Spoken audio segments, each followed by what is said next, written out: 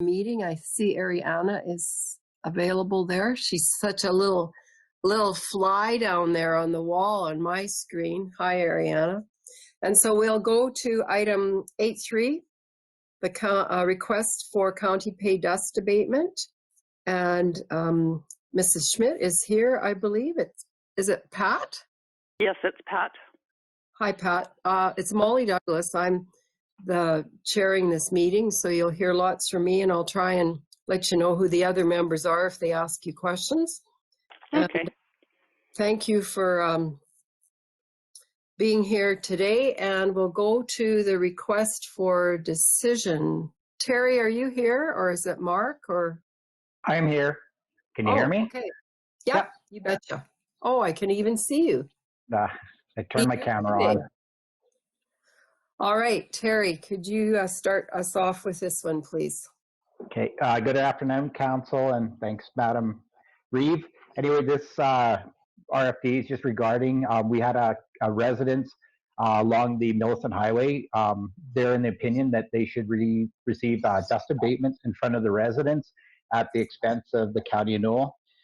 Their reason is, from what I understand, is the Patricia Millicent transfer station, located about 4 kilometers north of their property, generates additional traffic past their place and creating dust, and that this is a public service past their residents. So a little bit of history. The Patricia transfer station was constructed in 2007, 2008.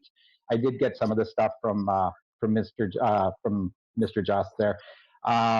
Located on Range Road 13.5, probably about 1,300 meters north of Township 204, so north of Millicent. Facility primarily serves the Hamilton of Patricia, Millicent, and Division 3 residents. The transfer station is open 2 days a week, so Wednesdays and Saturdays from 10 a.m. to 2 p.m. I got the average trips to the transfer station. I got this for, from 2019. They're looking at about 20 loads per day. And then so far in 2020, they're about 22 loads a day, probably because people are spending a bit more time at home and cleaning up around their places. Addition to that, there's about 22 loads of garbage that are hauled with bigger trucks that are hauled back to the Brooks landfill. Residents can access the transfer station from, well, there's kind of 4 locations. So, of course, from the south past the Schmidts, they can come from the north, and they also can come from the east and west on Township 20-4. It'd be fair to estimate that most of the traffic, I'd guess, would be coming from the south off the 544. Traffic count would have to be done to confirm anyway. A little bit of history on the road. Dust abatement's been applied on that road, primarily up to Millicent from at least 2009. That's just from our records. I'm guessing it's been there for even quite a bit longer than that. And we did remove it in 2018. It was applied on that road in the past under various past policies, so heavy traffic and or a haul route policies, I'm guessing, in the past. In the past, there's been a well-used route for vehicles going south to north, up to the north part of that area. I think probably the traffic subsided pretty good, being that they paved that highway, the township cut across road there. They paved that in 2012, so I imagine it did relieve. Well, we've noticed it here too. There's quite a bit of less traffic on that road on a regular basis. So, I guess we did redo the dust abatement policy, the non-residential, in 2018 to better reflect current conditions, and dust abatement is applied according to the policy. Right now, what we do is any hamlets in the area, like any hamlets, we do 800 meters going into hamlets, and they pretty much apply for that one because they're classified as a hamlet. Just basically defined on the bylaw that we have there currently. So we currently have the two policy, of course, the non-residential policy and the residential policy. The residential policy allows for people to apply for calcium at a subsidized rate that, of course, is passed in the and the schedule of fees, and everybody is welcome to apply for that up until our deadline of, it's right around the end of March. Non-residential policies are for locations identified by department and or council where there's an overall benefit to the community. So primarily dust control, like for parks, halls, campgrounds, cemeteries, and historical sites. And then other areas to reduce grading frequency. So we do put it on a few roads. Just if we didn't put them on there, we'd have to grade, more than once a month anyway. And we've got quite a few roads there that we couldn't keep up with. Over the last 3 years, we have reduced the amount of county paid dust abatement from 101.7 kilometers, which we had in 2017, down to currently we're sitting at about 35.6 kilometers this year of county paid dust abatement. Our primary focus on that is just to move, I guess, the cost of dust abatement to the end users. Another thing is we're concentrating on reducing our operating costs, just anticipating future budget reductions. So we've been fairly diligent on that, well, really diligent on it anyway. The reduction, in the last 3 years, we've seen about a reduction of 66 kilometers, which it's about approximate a savings, about $300,000 a year moving forward that we can recognize on that too. So, and another fair one is, another fair comment on there is, with these two policies, it enables us to make all applicants and dust fair and equitable to everybody. Like, we're not trying to give somebody, and you guys have all been through with me discussing this stuff too, that, you know, the neighbor gets calcium, the neighbor doesn't. It ends up being quite a discussion. It's not fair if we provide it for one person and not the next. So anyway, just going to our current policies, the current situation doesn't meet any of the current criteria of our policies, non-residential anyway. Kind of throwing a couple of solutions out here for council to consider. One solution would be amend the current policy, or for council to make adoption, or that we apply 100 meters of dust abatement in front of the Schmidt residence due to the traffic past the residence leading to the transfer station. This would be, of course, have to be a motion by council. The other one is just to try to keep with our fair and equitable, so everybody's getting treated fairly, is we can alternatively change the policy to amend to meet all transfer stations, like county designated haul routes, and provide 100 meters of calcium to anybody on routes to the transfer station in front of the residence. So much like we do our haul routes. So that includes the dust, residents, commercial buildings, and industrials, stuff like that. I just did some quick numbers. It kind of seen I also attached there. I just kind of did like a little picture over the area of Patricia and Millicent. Being Schmidts are located about 4 kilometers away from it. So kind of would have to do like a round circle so we can make it fair for everybody in there. And I just run some quick numbers. So under the, for example, the Patricia Millicent, the one on there, if we did that, we would be looking at 6 new, definitely, because they're on main roads. But if we took the full circle with anybody in that radius, we'd be looking at another 6 that would possibly have the argument to get dust abatement in front of their house. Jem's pretty clear. We got 1 person that would be on a main route that we could fear of. But if we again went to the 4-kilometer radius, we'd be looking at like another 14 people that possibly could argue that they're getting dust from traffic to the transfer station. Rainier, Scandia, it would just be simply 12 new applicants that we'd have to throw on the program, because they're where the transfer station's located there. Most of those roads are busy. It would the dust going there would be in front of their places at.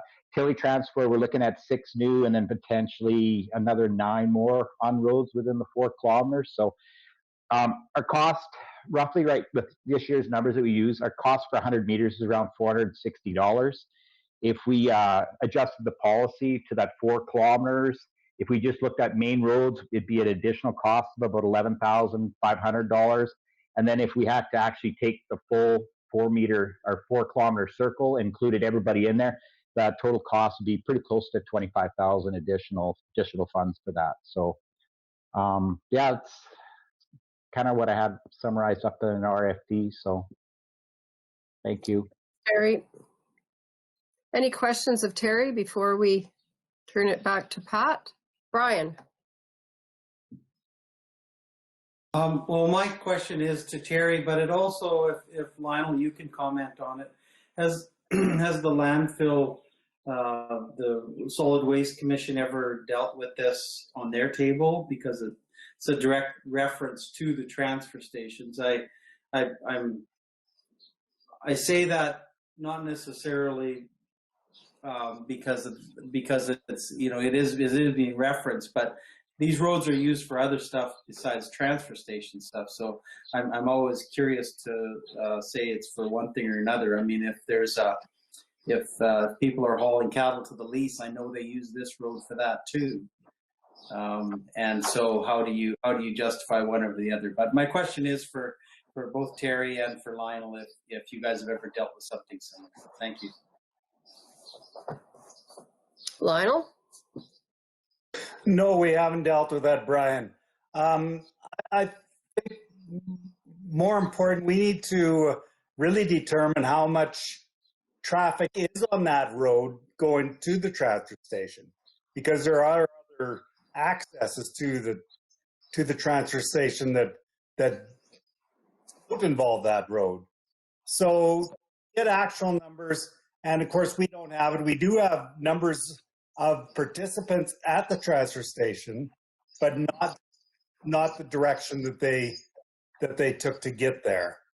So that's all we have is averages of people that are actually using it, but no, not.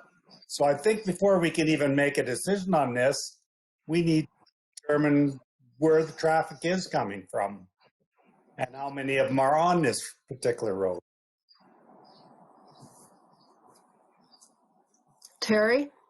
Well, I know I did talk to Ray a bit about it too, because of course I started asking him questions about traffic and hours are opening. Of course, he texts or emailed me right back like, "What's going on?" And I said, "Well, I kind of explained the situation a little bit, and I don't think he's ever had any concerns or anybody that he can recall anyway of anything like this, or any direct implications to them." So I did mention that he'd probably be paying the tab off the record. So no. Other questions from councillors? Pat, would you like to? Oh, sorry. Ellen, did you have your hand up? Okay, Ellen, Unrock, question? I'm just wondering, if we are going to have studies done, what about the oil and gas that people have to put up with?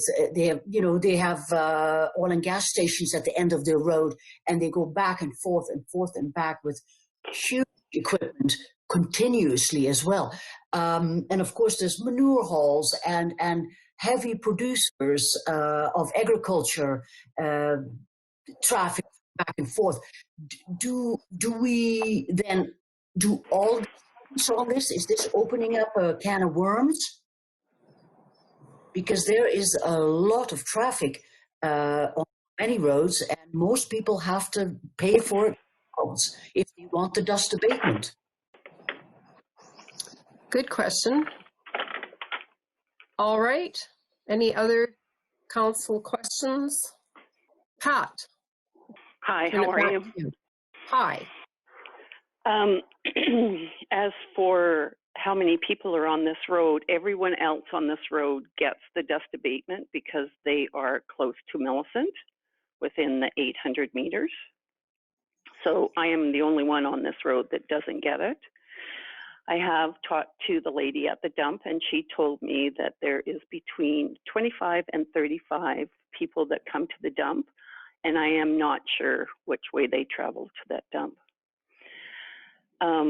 I know that we also have, in Millicent, we have the post office boxes, which is comes this way from wherever, and the Hutterite colony, which carries lots of extra dust and stuff at the end of this road. That's really all I have to say. Tracy, a question? Thanks, Pat. Yeah, no problem. Yeah, that's kind of a comment and a question maybe too, is just that sometimes geographics dictate you know, where we live kind of affects what traffic goes by our properties and whether we live on a paved road or if we, you know, before the dust abatement.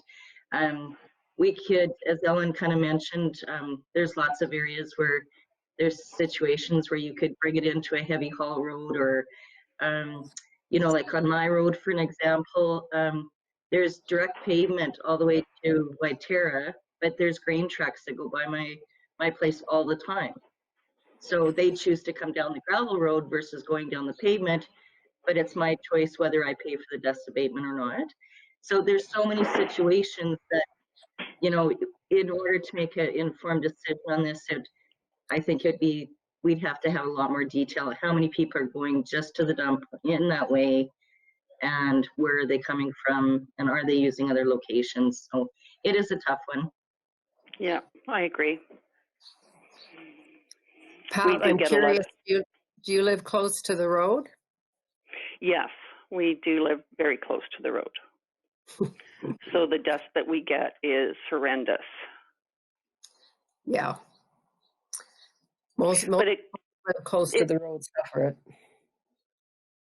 Pardon? Yes, most people who live closer to the road are interested in calcium, yes. Yeah. It used to be calciumed. That's, I guess, and I don't understand why. And I noticed that this year there is so much more traffic, and probably because people are home more right now. But it is, yeah, it is really, I've noticed a huge difference. Like we even get traffic at night a lot from when we first moved here. Like it's just constant traffic on this road. And as Terry pointed out, we did make changes to our policies. So yeah, that would be why you would have got it at one time. Other questions? Kelly Chrisman. So those changes were made a couple of years ago. So I'm just wondering how you've managed during 18 and 19, Pat.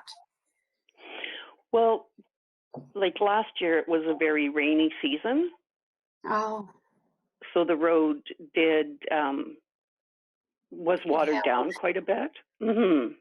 Calcium does hold for a couple of years, I guess, right? Yeah. Yeah. Okay. I sympathize with you. I know dust is very, very annoying. I sense some understanding from you as well, in that we do have a policy and a wish to get closer to user pay on this dust abatement program, so we'll just see where this goes, Pat. Okay, thank you. Other questions? Anything else, Pat? No, it just would be nice to have this considered. So thank you very much. You're welcome. Clarence? Well, I guess my comment is more to Terry. I thought when we changed policy, Terry was going to handle it all, and now he's coming back to us. And he doesn't really give us any suggestions on where he thinks this should go. But it's definitely a policy issue. And if we want to be fair to everyone with the same policy and we change policy for one individual, is that right? And so I'm having a lot of trouble with it. I certainly sympathize with anyone that is in the situation that Pat is in. I know all about it. Fortunate enough now that they did a little work on 525. And I live in a corner, so the county actually calciums my road. But I do know that if they didn't calcium it, I would pay for it. And I'm one of the guys on the board that has continually said, making people who are in this position pay more than their share. So, and I fought that for ages, and there's different people on council that have said that. Just the opposite. So I think it certainly illustrates the need that we do have to subsidize a little bit when people themselves feel that they want to give some. They'd pay some, but we'd like to be subsidized a bit. And I think I'm really hesitant to change our policy. I think if we have to change our policy, we should have way more public input into it than from one resident. I don't diminish what she's saying at all. I just think that we do have more input from more people that they want to change it and increase our cost to the extent that Terry has stated. Because whether it's a transfer station or whether it's your farm on the other end of it or whatever it is, there's always reasons for why there's more traffic. I realize the transfer station is a public service. It's something that we're responsible for, but the fact of the matter is, at the end of the day, we're going to judge it traffic there is. So we start down this road, we're doing exactly the opposite what management has been trying to do for the last 5-6 years, and that's put more responsibility onto the individual if they want to have calcium. So I'm having trouble with it. I sympathize with it, but I think I'm not ready to change policy at this point in time. Anne-Marie? Terry did not come up with this one. I'm sure he struggled with this one because I'm the one who brought it up. And I'm struggling with this one too, because you want to be consistent with the whole county, with all the transfer stations and all the people that live within a certain area. So, you know, it's a good discussion, but it wasn't Terry who wanted to change the policy. And so there are three, Terry's presented three options, so we need a motion.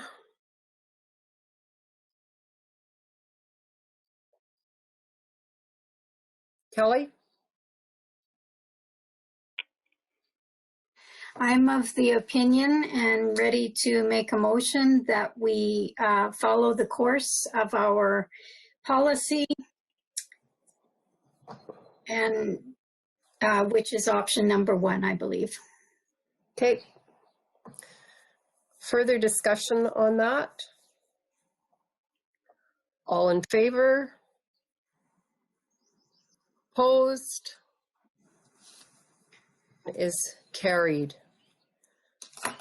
So Terry, Pat, we're sticking with our policy for today, and thank you for taking the time to join us, particularly in these crazy virtual times. Yeah. I appreciate you coming in. Well, thank you very much for listening to me. All right. Bye-bye. Okay. Yep, bye. Bye, Pat. All right. Council, we've got a few minutes. Is Ahmed here? Anybody know that? Or is he phoning in, or what's the scoop on him?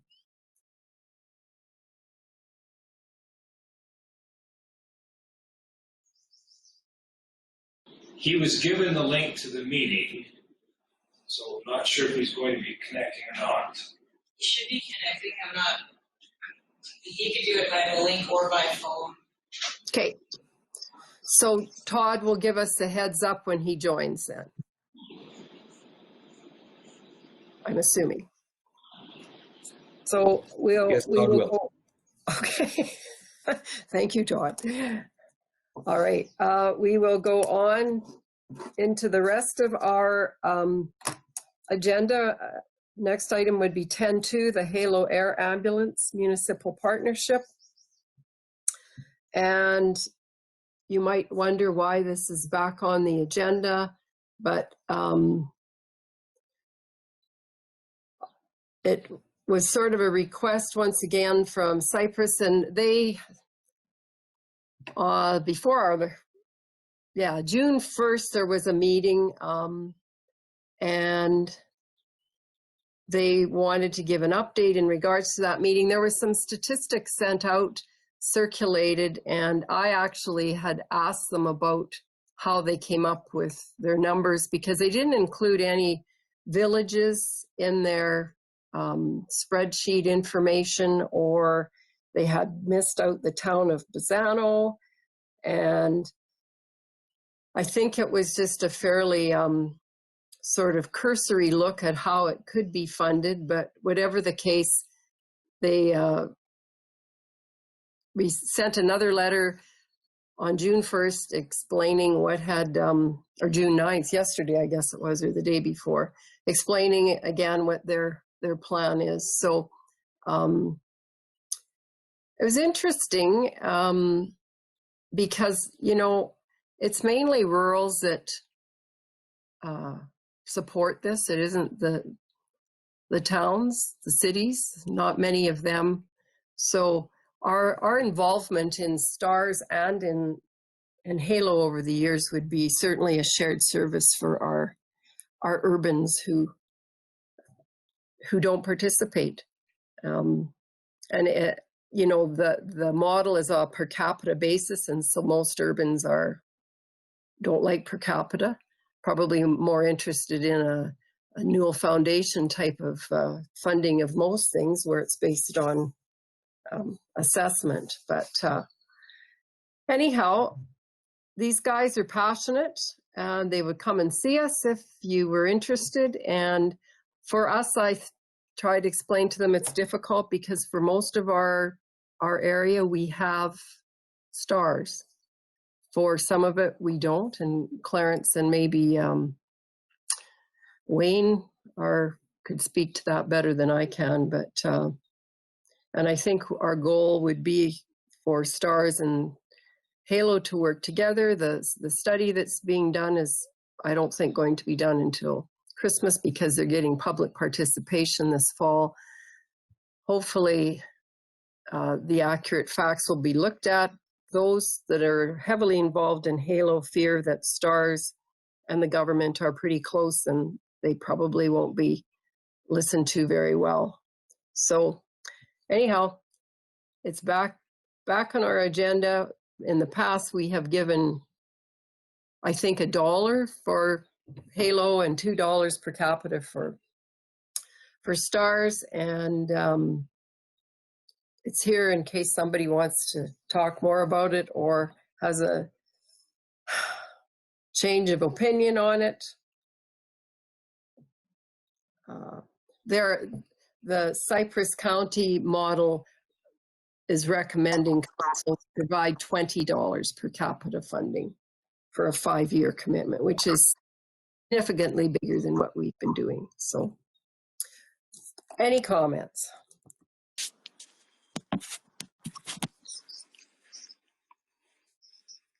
Kelly. Hello, Ahmed. We'll get back to you right away. Maybe we can see that. I see Ahmed is on, so Kelly will pick up with you. Hi, Ahmed. We're just trying to make use of our time. Can you hear me? Yes, I can hear you. And how are you? And how's everyone else? I think we're all pretty good. Hi, Ahmed. Hi. We will turn it over to you. Okay. Item 8.4, Council.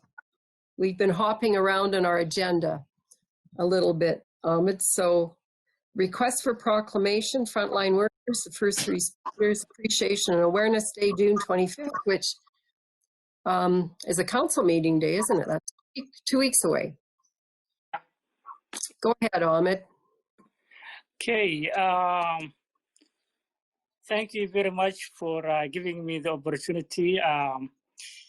We have submitted the same thing with City of Brooks, and we've been working with our partners to make it Appreciation and Awareness Day for June 25th to the first responders and frontline health workers for the sacrifice they have done in the last few months and also the sacrifice by the frontline first responders in our community. And that's the right thing to do. That's why we've been championing to have that day be recognized as a day of appreciation and awareness. Furthermore, we also have, we like educate the newcomers the value of the frontline health workers as well as the first responders. It's kind of appreciation and awareness both locally and newcomers.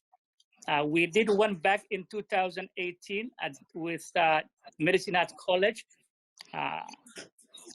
Then was a PTSD for the frontline first responders only.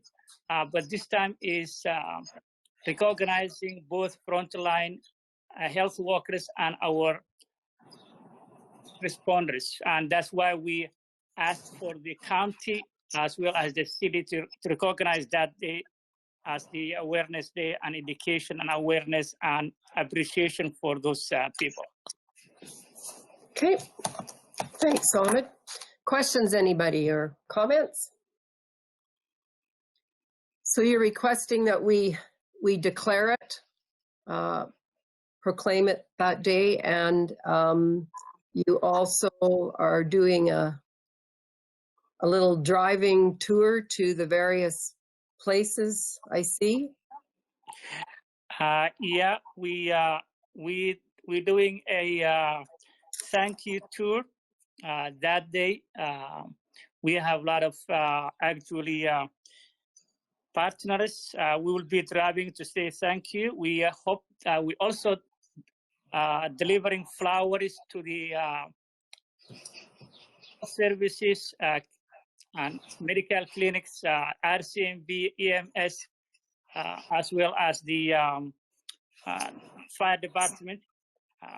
JBS would like to take that opportunity and help those causes. We have McDonald's, other businesses and stakeholders who would like also to chip in that day.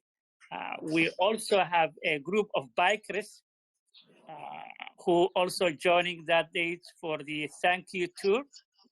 And thanks to Mr. Brian Curtis. Brian Curtis is going to put together some bikers that day also to join the thank you tour. So yeah, I think it's a day of appreciation, awareness, thank you tour, and providing flowers, free donuts to those people. Sounds nice, Ahmed. So all you need from us is the proclamation, basically, at this point in time. Yes, and if you kindly will be able to join us that day, will be fantastic. That will be June the 25th, and the details will be forthcoming. Well, I'm sure a number of our councillors would enjoy being part of that, Ahmed. Thank you very much for everything you guys doing for our community. Oh, thank you. Back at you, young fella.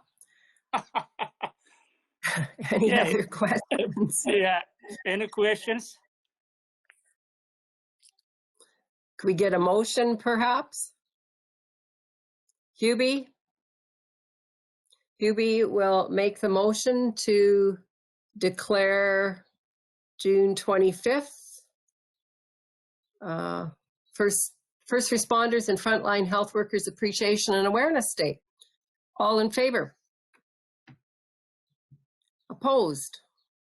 No one's opposed. Everybody's into it. And let us know the times and stuff and what's going on as it unfolds, Ahmed. And thank you for working on things like this for us all. Thank you very much, and I'm excited, and I will let know our partners the outcome of today's council meeting. And thank you very much, and all the details will be forthcoming the next couple of days. Has the city gone along already, or they are coming up to do it? They're coming to do it, my understanding. We sent them yesterday. I believe they have meeting on Monday, if I'm not mistaken, but they are also coming to do it, yeah. Yeah. Brian has a question. Well, I just more of a comment. Again, thank you. But that is Council Day. So hopefully you can wiggle it around our Council Day. Yeah.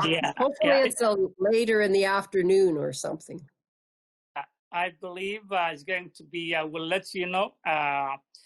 Also, we have the Medicine at College, president of the college, the new president might be, they have indicated he wants to come to Brooks that day for the thank you tour.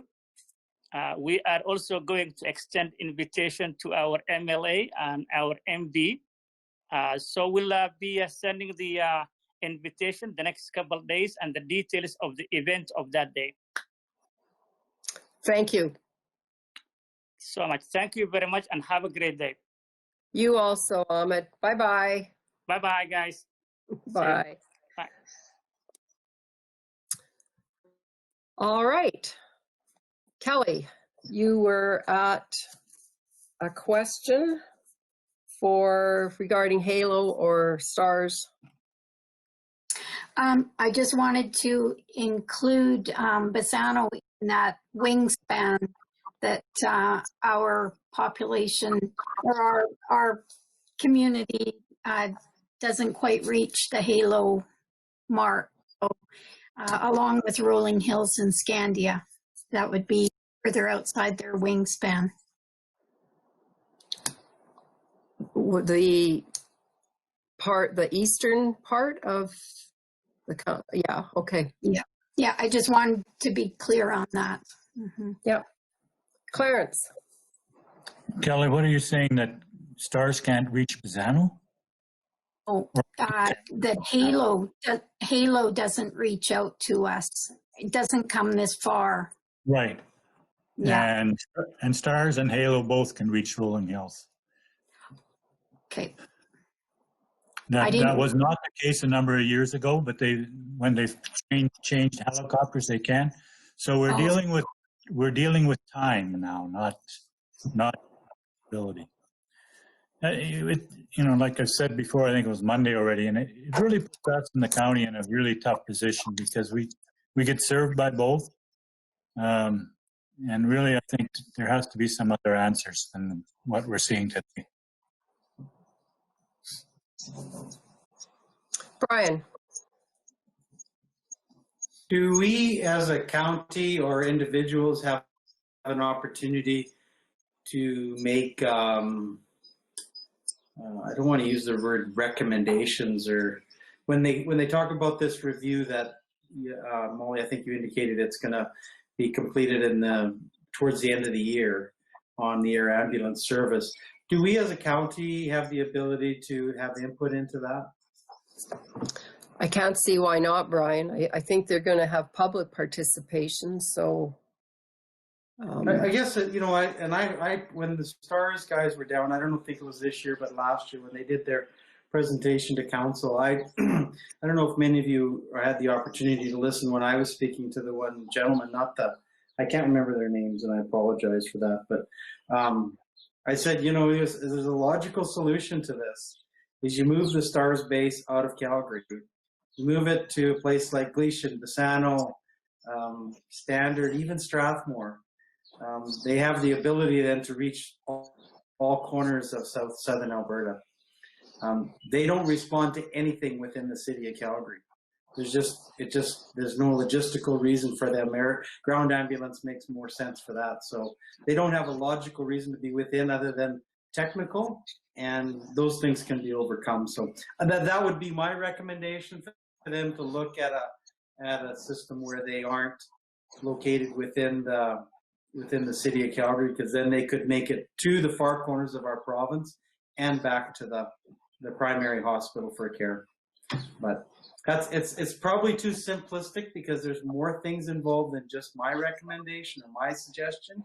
But I think it needs to be looked at, because operating 2 air ambulances in this province, in this southern Alberta, I just don't believe the economies are there, and certainly not in today's day and age with the generosity of our oil and gas industries that really don't have the financial means to support them as they did a number of years ago.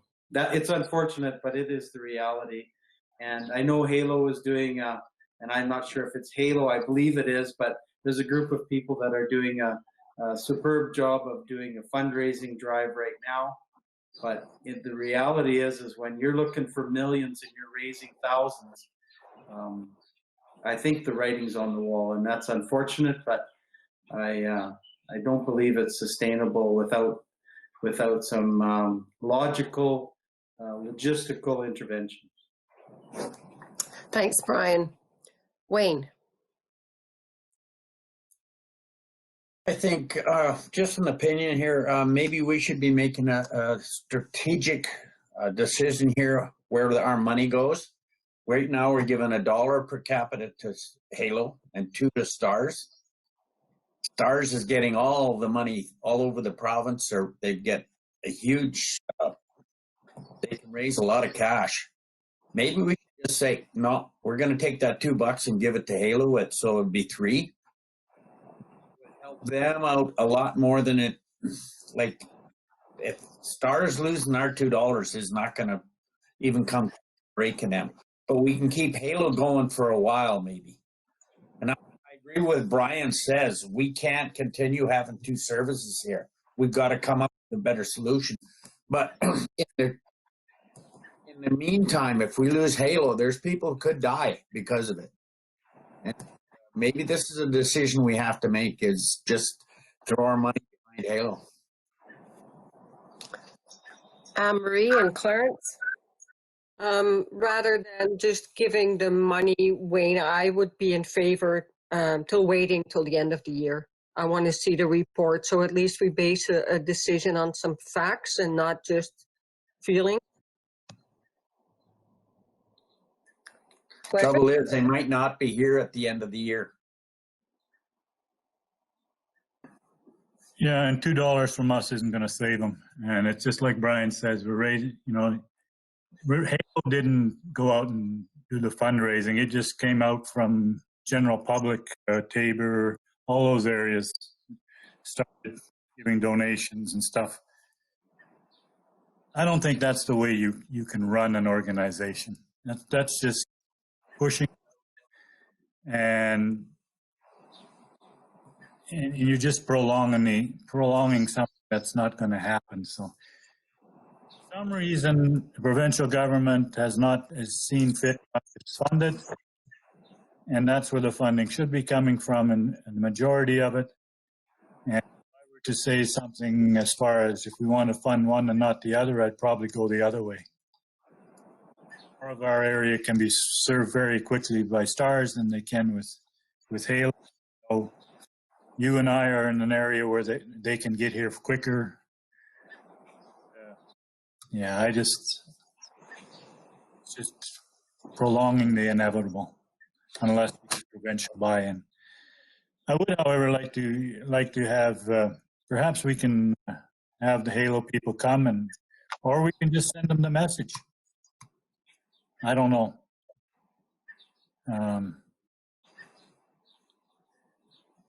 There are friends of ours down there in Cyprus and stuff that are really, really high on this. And yet, I don't know, I'm not sure it's justifiable.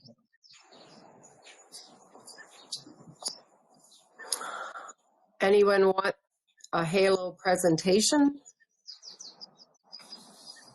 Brian, Tracy? I'll take Tracy first. Oh, go ahead, Tracy. Oh, go ahead, Brian. That's fine. I was just going to say, I wouldn't mind getting more information from Halo, just to help determine a little bit more of their need and kind of what usage really is there. We get updates every year from Stars on the number of trips and the locations and, more detailed information. And we haven't really seen that from Halo. So, I would like to, and whether they do a presentation or just get us that sort of information, but I wouldn't mind some more. Well, they would love to do a presentation because in their letter, that's one thing. Yeah. The read from Cypress County, who Brian knows fairly well, and Paul, Carolyn, the executive director, say in this last letter that they're very available to do a presentation, and they've worked hard at it. Maybe that would be a deserving thing to let them come and tell us more. Anne-Marie, Kelly. Yeah, I guess if you let people come and do a presentation, it's open to it, and where I would rather wait till I get the study done and then decide if there's hope for them, or, you know, wait till the study is done and then maybe have them do a presentation. Right now, I don't think I want to do that. And I think the reason they want to do it is because they think if they don't do presentations, it's a catch-22.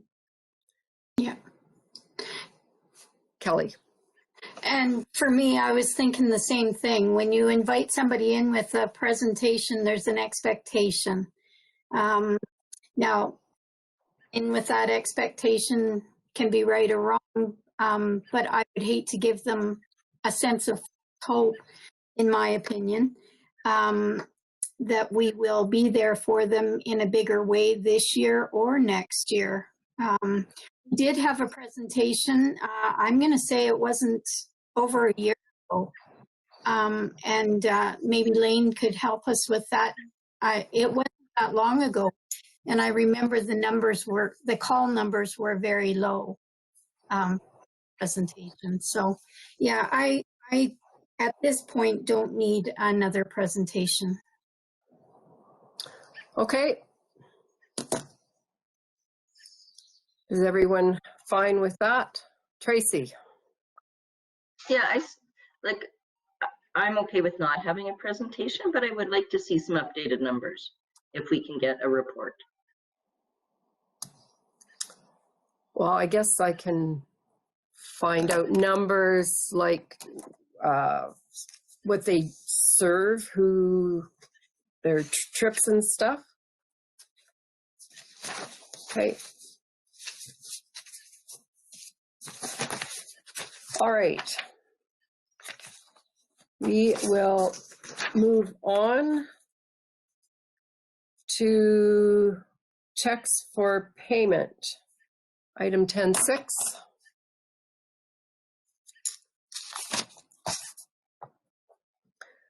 My agenda has disappeared and my server's acting weird, but I did have a question from the payment register. It was CDW Canada Limited. It was a payment for $9,996.71. Oh, I'm on to the payment register, sorry. Checks for payment over 350,000. I've lost my information. Are there some checks there? Brian? Yeah, I'll just move that. That's, I think, Newell Foundation, isn't it? The annual. That's right. Perfect. Brian will move checks for payment. All in favor? Opposed? Motion is carried. Payment register was my question. As I mentioned, CDW Canada Limited, $10,000 payment.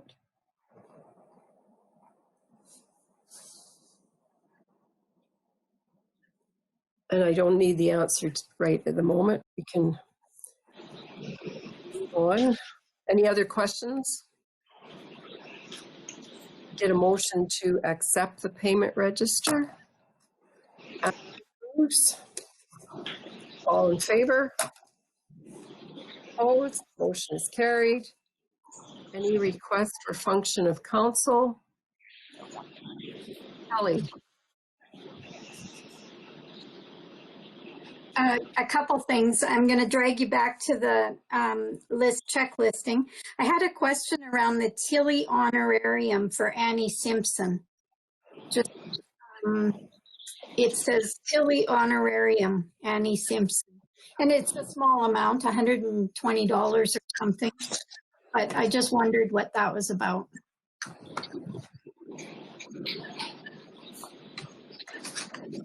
And then I do have a request for function of council while that is being looked at. I am interested in attending the EOEP Public Engagement Virtual Course. It's a 4-week course, 2 hours a day on a Thursday afternoon. And it's at a cost of $200 per registrant. Kelly, are 2 of those days council meeting days? Yes, they are. Okay. Yeah, I did look ahead. Okay. And it's on council's role in public engagement. That does interest me.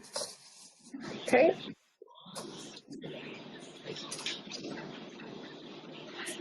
Somebody want to make a motion? Wayne? I move that Kelly be allowed to do that. Okay. EOEP. All in favor? Opposed? Motion is carried. Thank you. Municipal services business, there's an NRSC report.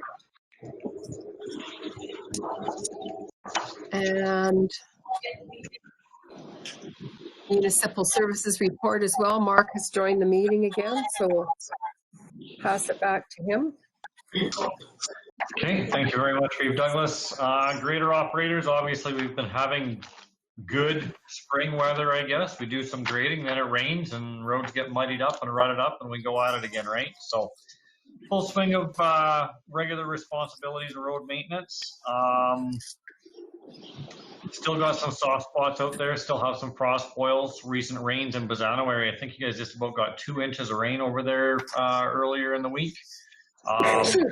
Really set some things back in that area, but it's being worked on. Dust abatement areas, you know, this is the time of year when we grade up all the dust abatement so that we're prepped and ready for dust abatement season, which I believe Terry is kicking off on the 15th, so next Monday. Occasionally, I'll be honest, we have a grader operator to the blade up some calcium where somebody has not applied for that dust abatement in the current season.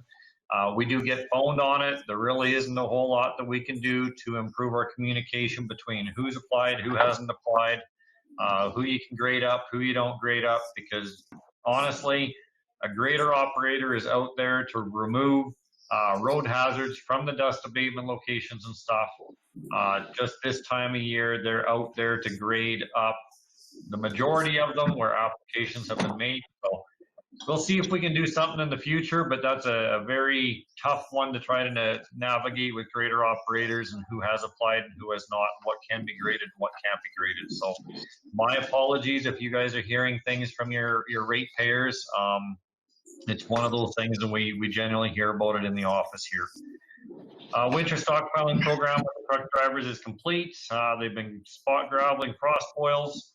They've been resurfacing some of the dust abatement treated areas. You have to get more of those fines back in the surface, get more aggregate in there for that dust abatement to lock up.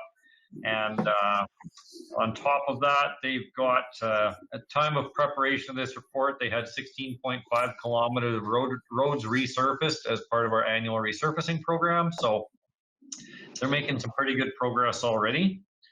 What else we got here for highlights? Highway 876 between 544 and Highway 1, gravel base work has commenced as well. So there's a number of contract truck drivers on the road in the area coming from, I believe that's the pit north of Steveville Bridge that they're coming out of for the aggregate. Hauling gravel down to the 876 so we can get the granular base courses done and hopefully see some pavement in the July-August period, maybe earlier, who knows. So that's good news. 15th Avenue, 2nd Street West partnership with Alberta Transportation, City of Brooks, County of Newell for the intersection control lights and intersection widening and stuff. Jeff is working on that still. But 60% design review meeting was scheduled for the week last week, and hoping to be tender ready here in late June, so that's good news. Hamlet of Lake Newell Resort drainage landscape improvements, which is drainage improvements, is underway right now. They're doing some cleanup around culvert ends and stuff like that, extending some of those culverts out as well, filling in low spots, clearing out high spots so that the drainage in that area works better. We also have a drainage swale in the rear of Block 5 that needed to be cleaned out and regraded, so that's ongoing right now. Crack sealing program is done, so Molly's favorite people are no longer in our neck of the woods. And paved surface line painting, I believe that they are kicking that off here if they haven't already started. Talk a little bit about dust abatement summary. For 2020, this was May 29th when this was prepared. There were 271 applications for dust abatement this year. 249 of those being residential, 22 of them being non-residential. Comparably, in 2019, we had 307 applications. In 2018, there were 287 applications. In 2017, there were 248 applications. So in general, I think we're on par with the average for a 3 to 5 year trend in a way. Most applications were received before the deadline period for residential applications, but there were 9 received after the deadline date that were required to pay full price. And what else have I got here? We have request for proposals for long-term aggregate supplies being worked on, hopefully advertised here in June. Hamlet of Patricia has experienced some sewer backups in the past month or so. That's being dealt with, and Jeff will be presenting an RFD here at this meeting. Municipal enforcement continues business as usual. The unusual fact of the matter was that municipal enforcement officers participated in the fast track mass testing facility that Alberta Health Services set up for the COVID testing for asymptomatic individuals. There were the 2 events that took place. There will not be a 3rd one taking place, as that was confirmed last week. We're continuing with education on the aquatic invasive species bylaw that got passed at council earlier later in May. And I can advise council that the 7 partner vehicles that we had through Enterprise have been sold. And I'm waiting to hear back from Enterprise as to when they can give council an update on what our initial costs were, what our resale values came to, and what all where that program is at, so that council can provide some direction moving forward with that. Update to the permit activity report. I didn't have a number in there at time of preparation, but I got a new number. We were at 40 permits for the month. So January, February, March, we were in the ballpark range on the graph of having some consistency between some years. Then late March is when COVID-19 hit the region. And that's where statistics really started to fall, with 29 in April. And throughout the month of May, we only had 40 permits. So industry, construction activity, things like that have been heavily hit. If this trend continues much longer, we're going to be looking to be 1,000 permits less this year than we were in total last year.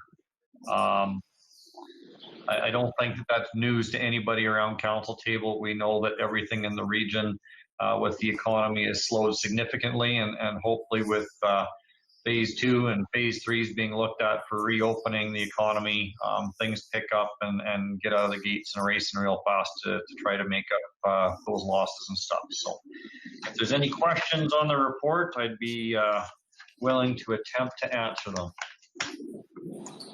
You better be. Clarence. Thought just occurred to me, and I don't want to put you in a tight spot, Mark. If we just refused as a person with calcium who thought it might be getting it from us, if they applied, would you still consider it? Well, I jumped on real quick. Decisions were made, and the individual hung up. I was going to ask a question of council in that one-off case. Is council willing to make motion that if they were to apply, it would be at the subsidized rate, even though it's past the deadline, or should they pay full rate based on residential? Sorry. That's not an answer. That's They putting should it have back applied on in us. the first place and potentially argued their case after, right? Or pleaded their case after, I should say. I don't think we need to be there. Well, I can say that we receive late applications regularly, and that's one of the reasons why we tried to get that on this agenda when we're kicking off for Monday with the program. If Mrs. Schmidt wants to apply and gets it in, we will do our very best to get that in and done while the contractor is here providing calcium. We do deal with things throughout the year, but just to make it efficient, it would be nice if she got her application in and paid so that we built it in as we went through the Division 3 area, if council doesn't want to stray anywhere from policies. So. Anne-Marie? So can I let her know, Mark? Like I understand that you're okay with Pat still applying. So I'll let her know. I'll let her know. It's full rate because it's beyond the application deadline for the subsidized rate. Yep, got that. Wayne? Oh, nothing. Just to confirm, backing up what Mark said, it'd have to be at full rate. We can't change policy right now. Anne-Marie? And just a quick remark about the 876. I drove it last night and it's just amazing. I almost felt like, oh, if it stays like this, it's just fine. But yeah, don't tell anybody. We still need paving, but they're doing an awesome job and it's getting pretty close. Like there are a few stretches here and there that need some work, but it looks good. Really, we should just take that money and put it in Scandia's area. I got a quarter-mile of road here that could be done. No. Anything else? Could we get a motion to accept the municipal reports? Tracy moves. All in favor? Against, the motion is carried. Annual road tours, Mark. Item 11.3.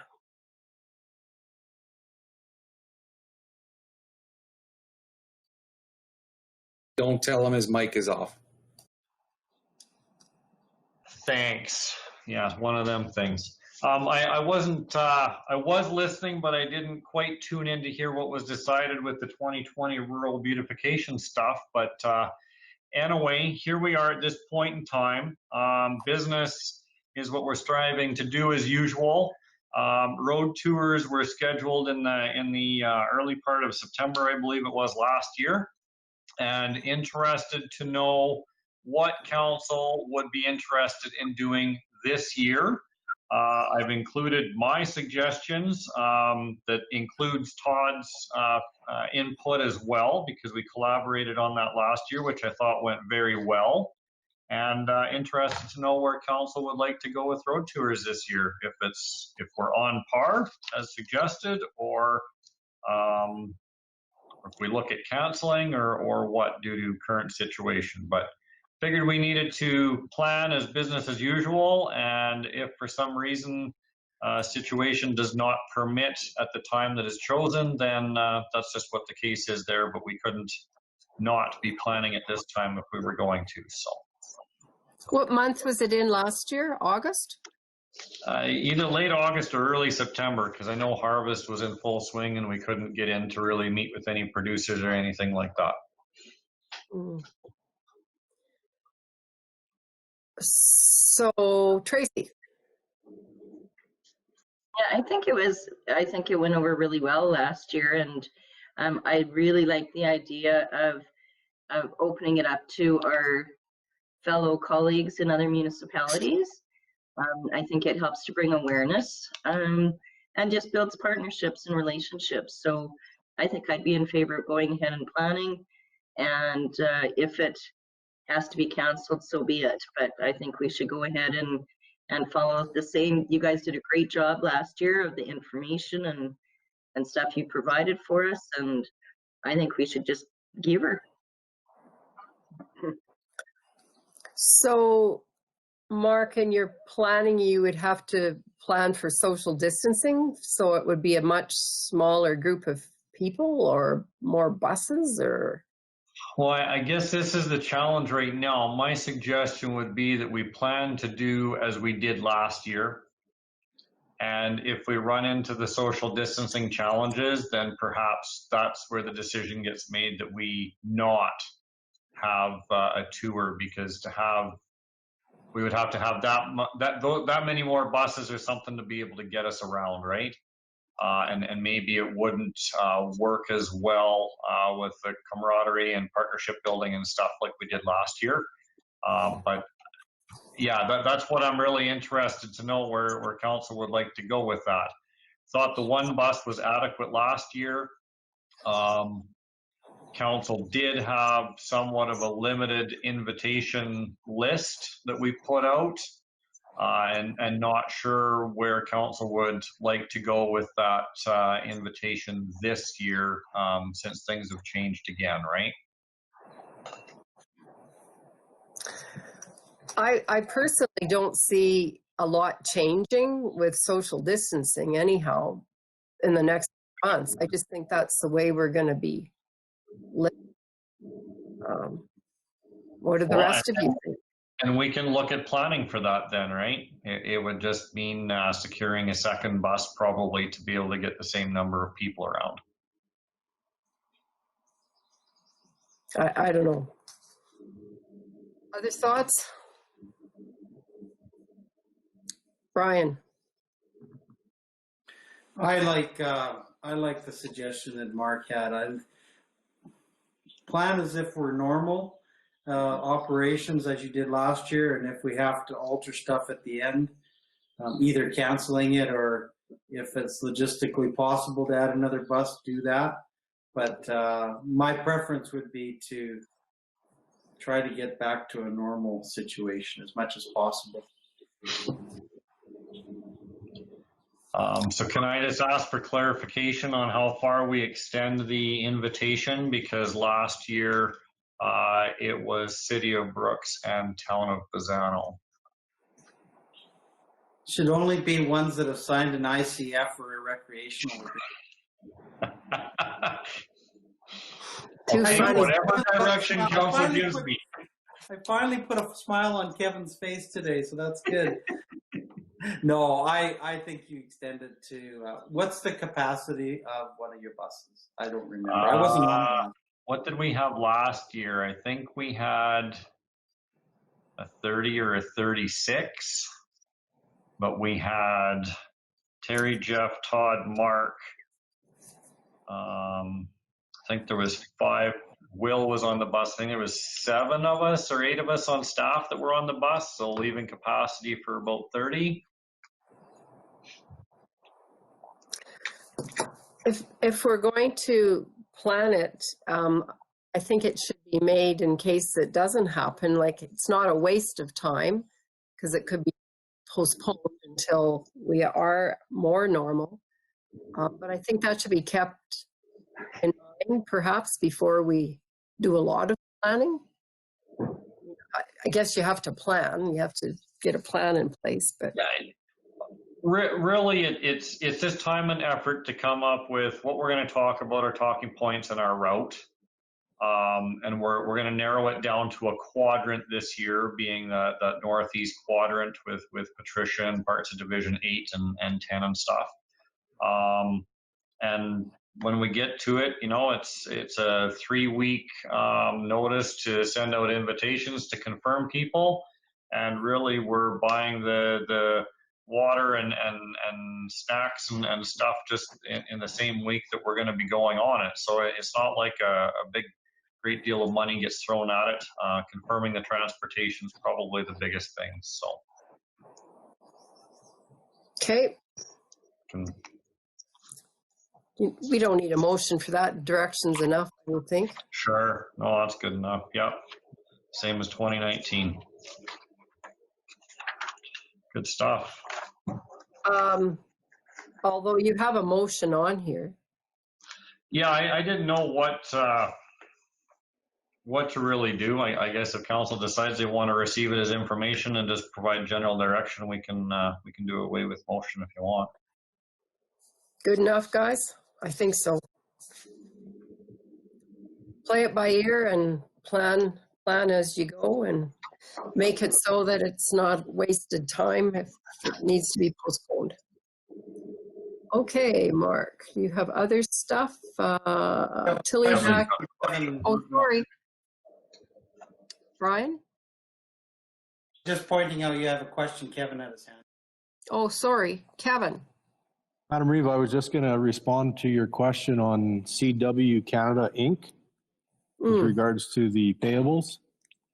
So there's a number of things that we buy from CW Canada, but the particular question you had was about the council video support system, and that's this life-size system that we're using. Okay.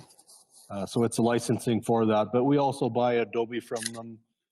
We buy GPS, USB stuff, SQL server stuff, a lot of the IT components.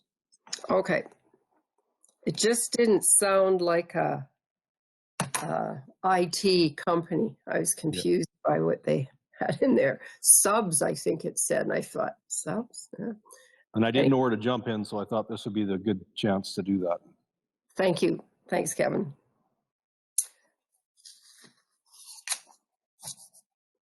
Okay. We're going now to Tilley Back Alley funding. I can run with that one, Madam Reeve. Okay. You want? Okay. Yeah. So one of the back alleys in Tilley, we've been getting quite a few calls over, well, actually for over quite a few years over there. There's a couple of properties in there that actually are prone to flooding pretty good. My screen looks like it's locked up. Can you hear me? Yeah. Okay, yeah, everybody's locked up on it. Anyway, it's probably I guess the location of the back alley, it's between 1st Avenue and 2nd Avenue West and Main Street and 1st Street. In a nutshell, the fire station there, the fire hall actually sits on that portion of the back alleys there. We have a car wash on one side as well. And actually with the car wash all the way down to the west end there, there's actually quite a few industrial properties in there. Over the years, just from construction and facilities being buried and probably lack of proper maintenance, the back alley does not drain water at all. And there's actually in some spots there where it actually prevents water from actually moving from property or down to the roads, the streets there that can facilitate drainage. So what we did is just quickly took a look at the project there. It's a narrow back alley, so it's only about 6 meters wide.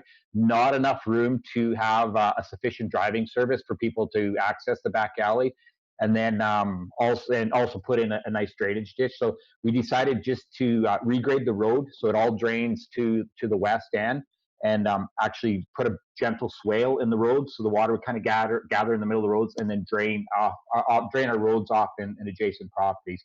Right now the water pretty much runs into one gentleman's property. He's got a garage there, and it actually floods on a regular basis, definitely when spring runoff is happening, and definitely if you get any more than 2 inches of rain, it's prone to flooding. Pretty simple project. I budget $15,000 to $20,000. We'd survey it out. At most, we're moving out, maybe the worst spot, we're moving out about a foot of material. Drawings were done. Of course, we would approached all our utility companies back there. Tellus is probably buried, and also Dinosaur Gas is buried back there. Approached them, gave the drawings, and asked them to move their lines so we could accommodate our work, proposed work. Tellus was pretty good. They can move their facilities. I think they said they were going to do it the same time as Dinosaur Gas. Their cost to them was about $2,500, really minimal move to lines to work. Where we came into a bit of a challenge was Dinosaur Gas lines. They installed them probably about 6, 7, 8 years ago. They redid all the lines. Actually, it's probably longer than that. But anyway, they redid all the gas lines in the back alley there. So fairly new infrastructure. So when I gave them the drawings and we did some preliminary work, we realized there's a fair bit of it that has to be lowered to accommodate our proposed work in the back alley there. So basically they got back to me. It was a little over $37,000 to do the work to lower the lines there. And then, of course, it comes down to who pays for the work. We've been pretty fortunate with working with a lot of our contractors and pipeline facility companies and stuff like that. We do have some pretty good agreements in place and crossing agreements, pretty well defined when the work is done, who is responsible for making the adjustments to the lines and stuff like that.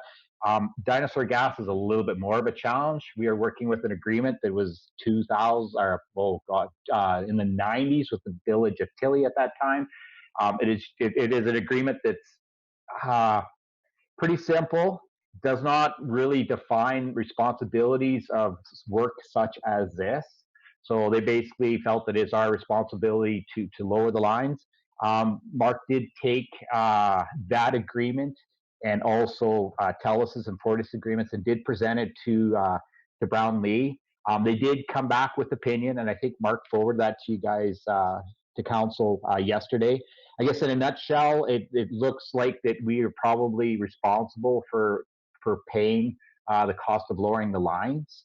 And that being said, I know we know we have to do a little bit of work in setting up an agreement with Dinosaur Gas and probably all our co-op gases in the area. So we know we have to do that and concentrate and get that stuff moved on forward. So there's a good definition of who's responsible when work like this occurs.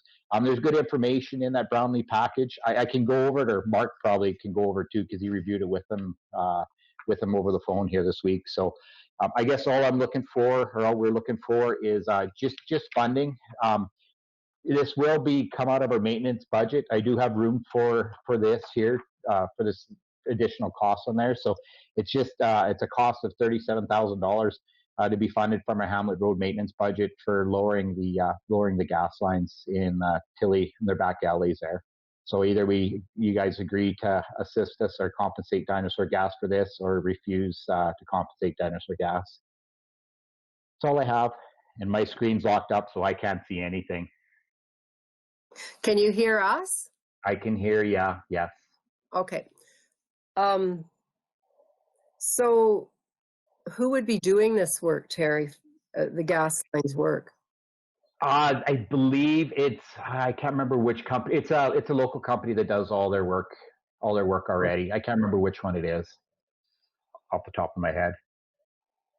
And obviously there's rules involved for gas companies and how they put their lines in and stuff. Or yes. So this could be, so they're totally legal with what they've done. Yes. So a problem. I believe it is, because we have nothing in writing there. It's leaning that way right now. A lot of municipalities will have agreements that define that. I know with Mark, he did get like a preliminary advice or from Brown-Lee on that. They kind of gave out a chart there that if they put new facilities in the roads, it is brand new, it is costly to them. So like if they had it in the ground like for a couple of years, we'd be responsible for a higher portion of it to compensate to help them do it. On the other hand, if the facility's in the ground for 30 plus years and it's probably already well past its useful life, then that responsibility would be more on the gas company's responsibility for lowering the line, because it was due for replacement anyway. So there was a little bit of a sliding scale there that Mark provided to you guys in that email. That's something we're going to have to take into consideration. It's probably going to take a while for us to sit down with these gas co-ops and come up with an agreement that works for both parties, right? Okay. Hubie and Tracy and Ellen. There's a company from Bow Island that helps them do their work here. They did some work here 5 or 6 years ago. And other question is, Terry, the low spot behind the fire hall, is that going to be draining better now too because of this? It looks like it might. Yes, we're trying to get the grade of the road close to, like the edge of the road will be close to all the properties or really close. What happens is then the middle of the road will drain out. So I'm hoping you're talking the empty lot or just right behind the fire hall. Well, it's between the car wash and the fire hall. That. Yes, yes. That's, yes. Yeah. Yeah, that's definitely what we're gonna. That's where the bulk of our excavation is in there, because we want to bring that water both to the kind of the center of the T and then run it west over, just run it to the west there. But yes, pull the water out of there, and I'm hoping that helps that soft spot as well there, which you probably are familiar with. Yep.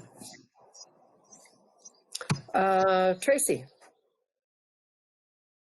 I was just curious, Terry, you mentioned, like, so the agreement that we had with Dinosaur Gas was with the Village of Tilley, but would that not be null and void now because of the dissolution? And then, so then, therefore, would it go back to that? Because we took over the Village of Tilley, the agreement is still active because we become the new entity for the agreement. So yes, the agreement still stands.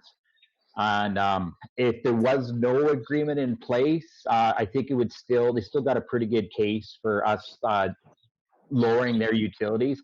They do have right to put their facilities, and we cannot deny them putting utilities in back alleys or their public right of ways, right? So that's the purpose of these back alleys. It's of course for drainage is cool for me and roads, but for all utility lines. So you're looking at Fortis, gas lines, and your telephone lines. That's what the design of the back alley is. It's just really nice to have good agreements in place. So when we have situations like this, we don't have to bring it to you guys to discuss, or they're going to be doing the same thing too. So if you have a good agreement in place, it works really well. You just go to the agreement and you know who's responsible is for what.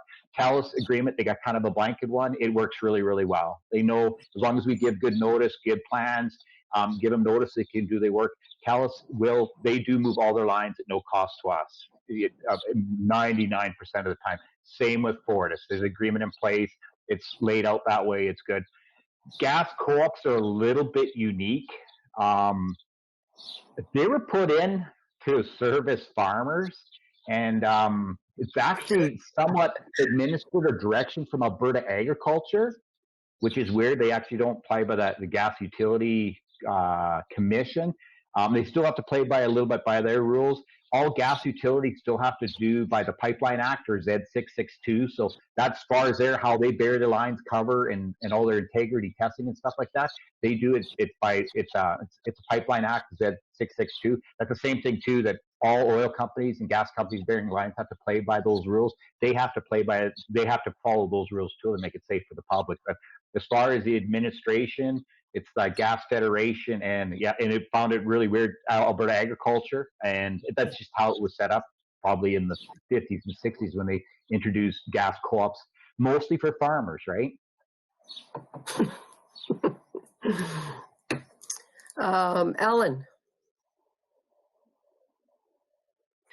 Yes, when Tilley joined the county, they had a Tilley fund, if you will.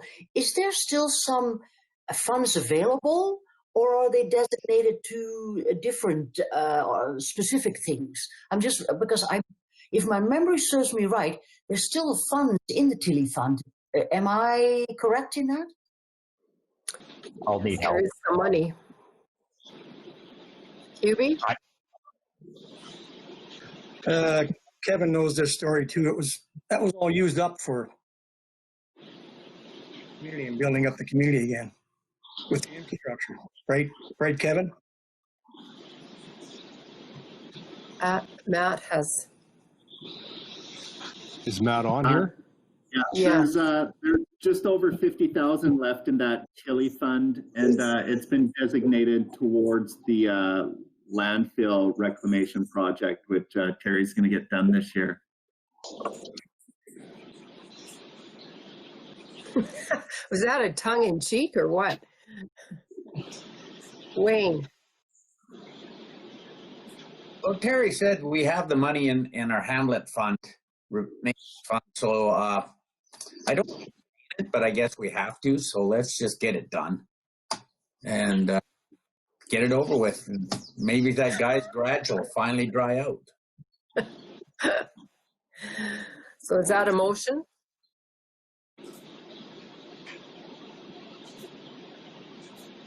Wayne? Yeah, that's a motion.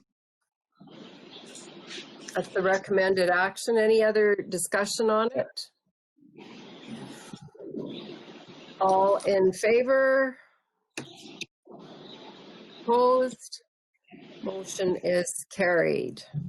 And it's good that you're going to move forward and get some policy work done on this item too, for the next time around.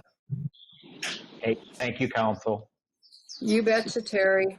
Hey, Terry, quick comment. I just had a phone call over lunch about that road again, which apparently they've got some gravel on just south of the Scheibner feeders issues. Yep. And the people involved are really wanting to make sure that the tendered operation is going to tie into new culverts. It sort of fits together with the drainage. They didn't want to see culverts replaced one place that don't make sense in the other with the Scheibner issues. So just so you know. Thank you. Thank you. All right. I think we're at Jeff. Patricia, Sanitary. Good afternoon, everyone. It's been a long time since we've talked about the deep utilities in the hamlet of Patricia, so I'm really excited about this discussion. In 2012 and around that time, and for an extended period of time surrounding that, we discussed possible upgrades in Patricia that came out of the infrastructure master plan. Those upgrades did include repairs to the sanitary system. They included repairs and some looping to the water distribution system. And at that time, they also looked at the option of multi-cell lagoon treatment with pivot irrigation. I think everybody is well aware of where that all went. We couldn't find a viable option for the lagoon where the lands could accept the effluent. We did a little more digging and realized that, the direct discharge release is acceptable for today's standards. So we kind of went away from the lagoon, but we did do a little further work on the water distribution and the sanitary collection upgrades. Now, in 2016, we did get a quote based on the 2012 flushing and inspection of the Patricia sewer lines to do some point repairs of some major issues. Those are most of the sanitary collection system out there is vitrified clay tile pipe, which it comes in very short sections and is very prone to crushing, cracking, breaking, and having joints become misaligned. So we noted a lot of those. We had a plan to do some dig ups and spot repairs, and then we had company in situ form give us a price on coming in to do some lining of those clay tiles sewer mains. That quote at the time was in the neighborhood of $200,000 just for the sanitary improvements. And we did have some other water suggestions on top of there. Going through the process with the public engagement and the residents there, and based on previous practices of the residents being responsible for the infrastructure on their utility services in the hamlets, it was kind of decided that we hadn't run into any major problems with the sanitary system or the water system. We would fix breaks here and there and kind of struggle our way by, but the community wasn't in favor of moving forward with any major improvements. So over the past couple of months, Newell Regional Services has received multiple calls to the hamlet of Patricia for backed up sewers. Some of these issues have been homeowner issues, but some of these issues have also been issues that spur in the sanitary main and not in the service line. So that would be a county issue. Multiple times along Township Road 203, which is Railway Ave, the east-west road across the north side of Patricia, we've experienced major blockages in that main. We've had to get local contractors out with high-pressure jetting equipment to clean the lines out, and then both times we were successful in removing the blockages. But I believe I attached a couple of pictures to my RFD, and you can see what kind of backup was backing up in the manholes. They were completely full. So, you know, knock on wood, a lot of the places in Patricia are above ground, are mobile homes, but those people with basements that are attached to those lines did have the opportunity and in some cases some issues with effluent backing up into their house. The second time we removed a blockage, I didn't include a picture of what we removed, but you know, if anybody's on social media, you'll notice a lot of municipalities and utility providers doing as much education as possible about what you can and cannot dispose of down your toilet and what is acceptable to be deposited into the sewer system. We pulled out a ball, it must have been 10 inches around, of baby wipes, diapers, things like that, you know, that don't decompose in the system. So that in itself is a problem, but the main problem lies in the infiltrations into the sanitary collection main, where these things start to get hung up. Even toilet paper will do it until it dissolves. But, you know, one thing gets hung up and then another thing and another thing, and it doesn't take very long with a lot of people on a system to create a very severe blockage. So long story short is we know of definitely 2 point areas that we'd like to further identify on Railway Ave that are in desperate need to be dug up and repaired. What I would like to do prior to that is, since it has been 8, almost 9 years since we did a flushing and an inspection of the sewer system, I think it would be reasonable to go back in there, clean it thoroughly again, and do another video inspection. And from this video inspection, I think we need to formulate whether it's a one-time plan or a multi-year plan moving forward to, at the very least, start picking away at some of these higher priority failures in the Patricia system. The scary part about not dealing with them is where the maintenance dollars go, and you know, it is not cheap to have a pressure truck out there for a day jetting and flushing sanitary lines with multiple people on the crew, and Newell Regional Services out there kind of watching over them, and, you know, myself and everybody else. The maintenance costs will and are starting to add up on the system. So today I'm here looking for some additional spending out of the infrastructure fund to perform that on the inspection and flushing on the Patricia sewer lines, and I think we need to definitely take a look at the very least phasing in some improvements or replacement to some of those lines.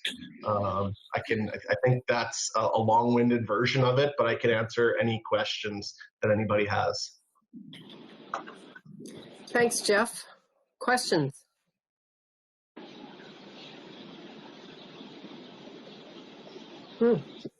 Anne-Marie. Well, we knew this day was going to come, and we waited, like you said, 9 years. So it's hopefully we can do the check of the system, and who knows, maybe we're going to be okay for another 5-6 years. At least a year and 4 months.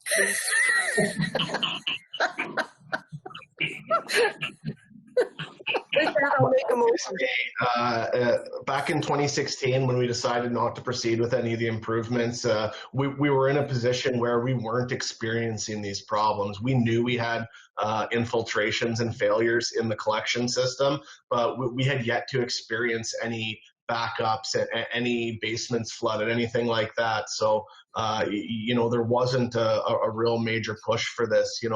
Knowing what we know now and having started to experience some of these things, I think it's pertinent, like I say, that we at least pick off, identify and pick off some of these major intrusions that could be causing damage to property.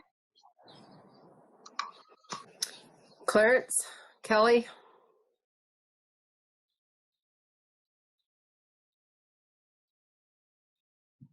Jeff, when you flush it and then check it out, is that going to tell you whether we're sending good money after bad, or bad money after more bad, or do you really will it tell us whether we have to bite the bullet? Well, I think what I can tell you right now with firsthand knowledge of what has happened there over the past number of months and the issues that we've experienced is that we are going to have to bite the bullet and dig up that sand between some on Railway Ave in at least one location, and we could probably nearly pinpoint it right now with the work that we've done and go dig up that single location. But I think money would be wiser invested in actually going in, giving them an extremely thorough cleaning and getting a good look at what's down there, noting, the chainage off of manholes. The issue with Railway Ave is it is a paved highway, so the cost to excavate there and the amount of excavation increases exponentially if you're guessing much at where you're going. Kelly. Is it Kelly? Yeah. I'm unfortunately it's $20,000 ticket to have a look at it, but we need to act now that we know that there's issues there, and I'm ready. I'm prepared to make the motion to give approval to fund this out of the infrastructure fund, and also to increase education around what is allowed to be dumped. A lot of our folks, even in the city, they seem to think that everything can go into the landfill. I remember picking up those small pill packs, and because those were dumped into the sewage system, and the name of the pill person was still on the package, like not even the paper dissolved off of it. So just because it's out of sight doesn't mean it's out of mind. It doesn't go away. and our players need to be reminded of that, I think. But it does go away for you.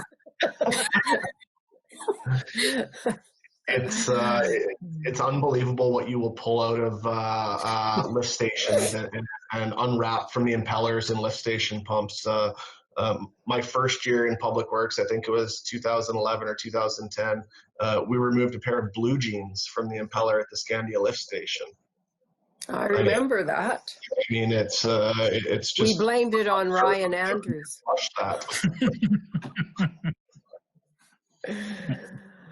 All right, Kelly's motion is on the table to grant additional spending approval in the amount of $2,000 from the infrastructure fund. All in favor? Opposed? Motion is carried. Hopefully, Jeff, it will provide us with some positive information. As Anne-Marie points out, that it'll hold together for a while longer. That's That's the very nice thing about doing the video inspection. You know, I contemplated only doing the video inspection on Railway Ave, but I thought that was short-sighted because we know full well there are issues throughout the hamlet, and if we're going to pay them to mobilize here, we might as well have them do the entire thing and formulate some type of implementation plan to get things fixed out there once and for all. Vitrified clay tile is the worst pipe to deal with and replace and dig up because the second you expose it, you don't know what's going to happen to it. They come in very short joints, and you may find yourself digging along a section of clay tile for tens of meters before you can find a joint that is sufficient to tie back onto. You know, we don't want to bury anything that's been compromised. So I do think that this money is definitely worthwhile being spent. Yes. All right. Thank you. Nothing else, Jeff, today? That's all for me today. Thank you very much. Right. The minibus monthly report, I think we're basically done except for in camera, which is going to take us about 15 minutes. Do we have to deal with Kathy Raymer's request? Oh, yes. Thank you. Thank you. We do. Moving back to item 8.1. And we didn't get to a motion stage, did we? No. All right. We have a motion from someone.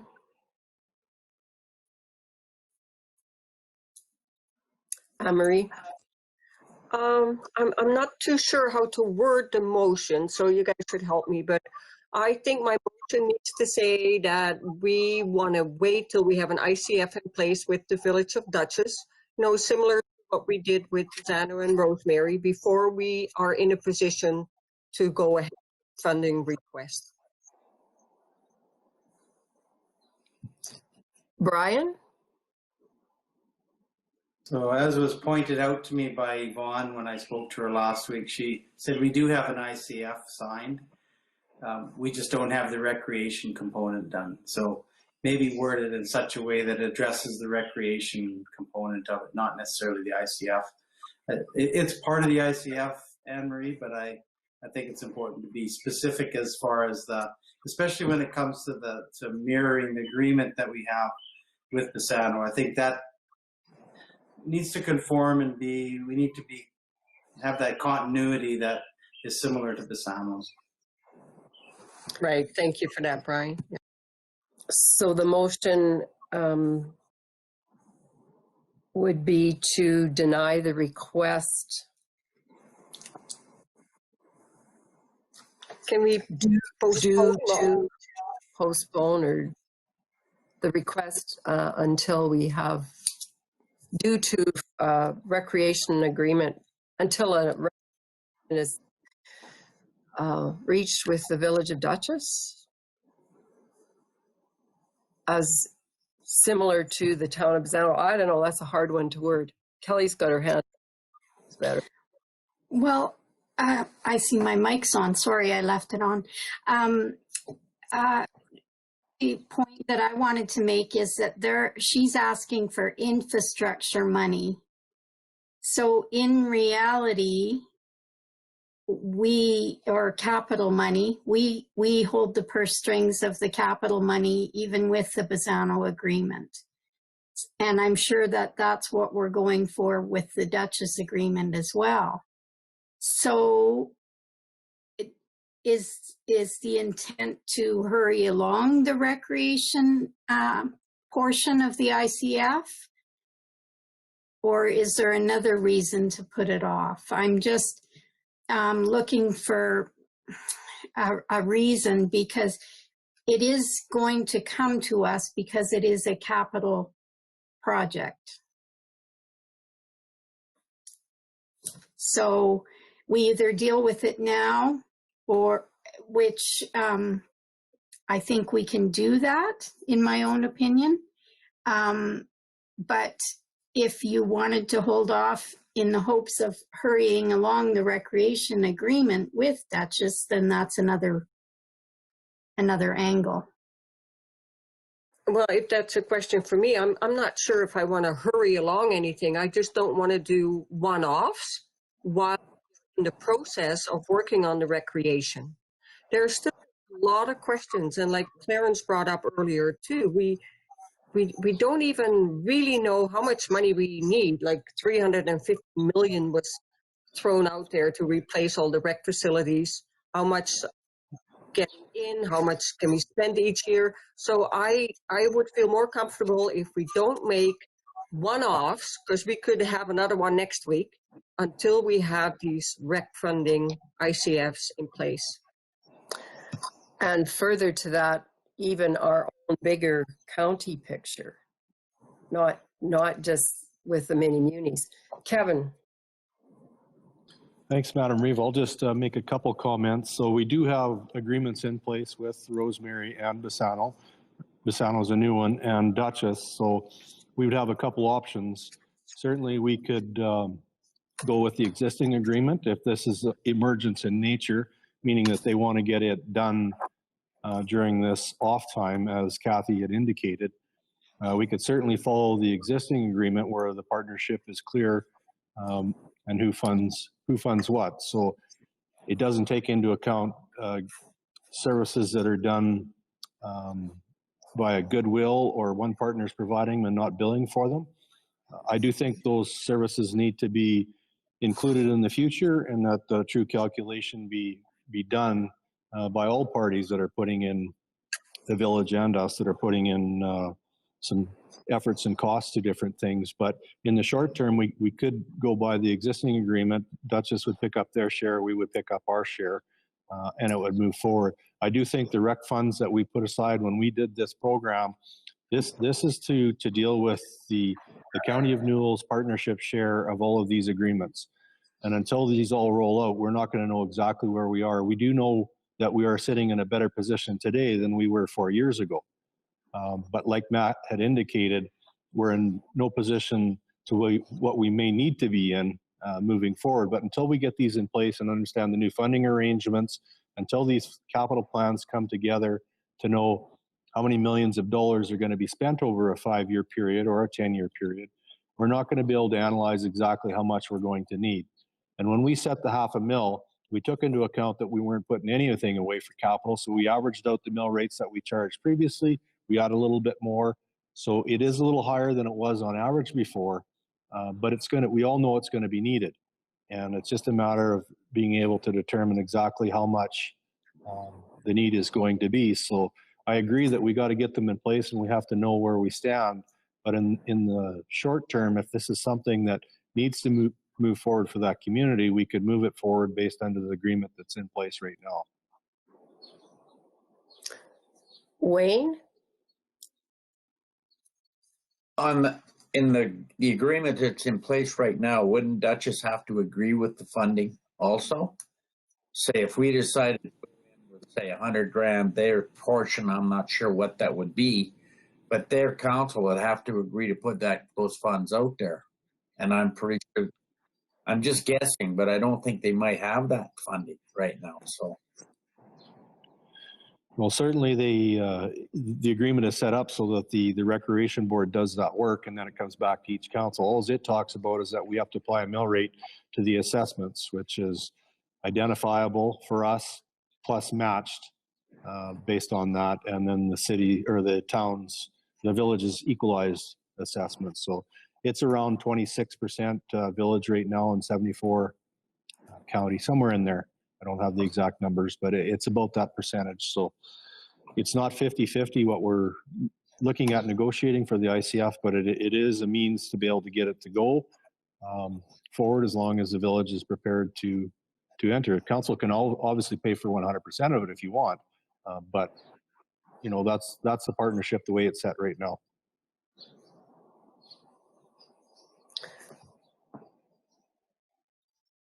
Oh, so that makes, I thought it was much more clear in my mind. Anyhow, Brian. So with that, council, I spoke to 2 of the 5 councillors yesterday from the village, and they're not supportive of that because they've set their budget already, and not for that specifically, but for any kind of addition to their budget, they just weren't comfortable with that. They're not sure if they could even address it next year, but if it would be looked at next year. So I even said, well, what if county council was in agreement with this? I mean, I didn't assume any of you would or wouldn't. I said if they funded 100% of it with the intent that you would pay it back. And both the councillors I spoke to were not comfortable with that. So that doesn't mean they won't, but I think until they have their discussion with their full council, the 2 that I spoke with weren't comfortable with that. Which I understand. Yeah. Clarence? Kelly? Was first. Go ahead, Kelly.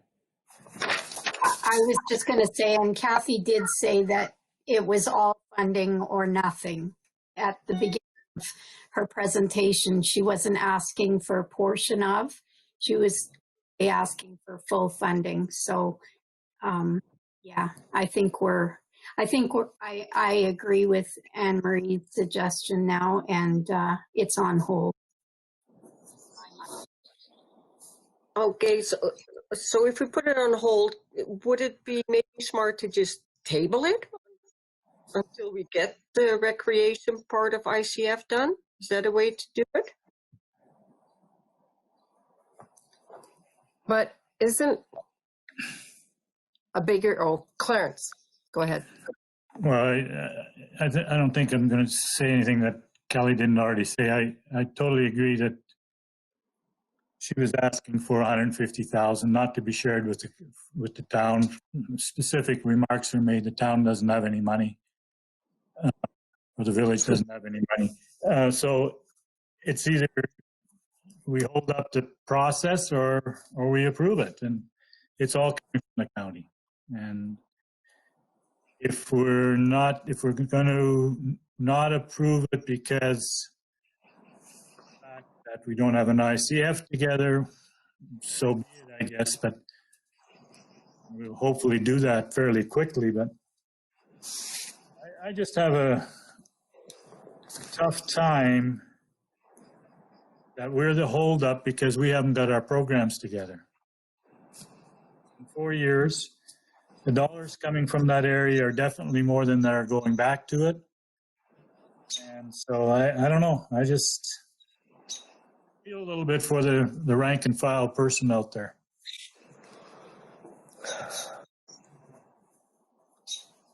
Wayne?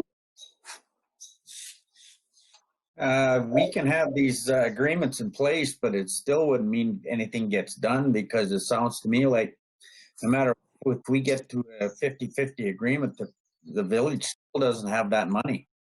They're talking $75,000 and they don't have it.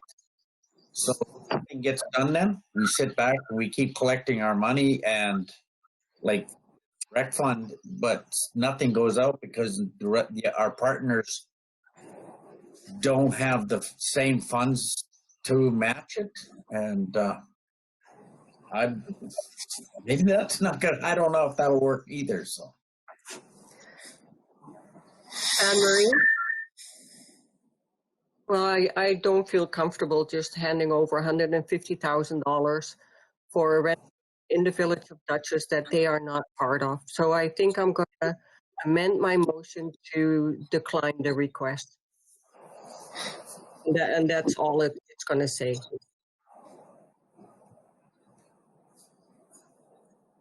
Brian? So this is the reality scenario. They have an ice plant in the arena that needs to be replaced within the next 5 years, I'm going to say, maybe sooner. So we fund this to 150,000 county completely, and I know what's going to happen is the people in the arena are going to say, "What?" That was something that is vital to their operations. And in my mind, it's probably a priority over this one. But because we had somebody that was able to jump the gun and get in ahead of it, we're looking at this. So I'm going to stick to my guns as far as get the rec agreement in place, get the 5-year capital plan. It is consistent with what we've done with Bassano. We know what we can budget. The village knows what it can budget, and it's unfortunate that this great project, and I will give Kathy credit for the great project, will probably not happen this year. But the reality is I find it very difficult to support something without doing the analysis on what the priority list should be. Bassano did that, and it was well thought out and well done. And I believe we should follow the same format with this. Clarence? Well, both representatives from probably the area that's most affected have said that, so I'm certainly going to listen to you. I agree. We should let's tell them that they need to put forth a plan so that we know capital is going to be necessary in that area for the next little while. And that's what the should do. So the motion then, Anne-Marie, that you were making would be to decline the request until, or maybe, yeah. Decline the request, period. Okay. All right. The motion on the table is then to decline the request for $150,000. And I mean, I think the understanding is that we need plans, and we need to get our own county plans in place. But more importantly, we need to have plans from our mini munis. Otherwise, this is going to just become a race to see who gets to us first. And the thing that troubles me most in all of this is we need to look at sustainability of all of these things. So I don't want to be approving things that, maybe we find out we have too many community halls in our community to sustain. Who knows? But anyhow, motion there. Any further questions? All in favor, it's to decline the request. So opposed, motion is carried. All right, I think now we're ready to move into camera. Obviously, I made a mistake. I meant to adjourn the meeting before the in-camera because it's now 3 o'clock. We'll move in camera if someone would make us a motion.